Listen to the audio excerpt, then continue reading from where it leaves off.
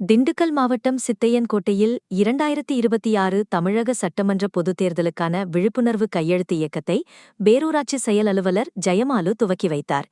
துப்புரவு பணி ஆய்வாளர், மேற்பார்வையாளர், அலுவலக பணியாளர்கள் மற்றும் தூய்மை பணியாளர்கள் இந்த நிகழ்வில் கலந்து கொண்டனர்.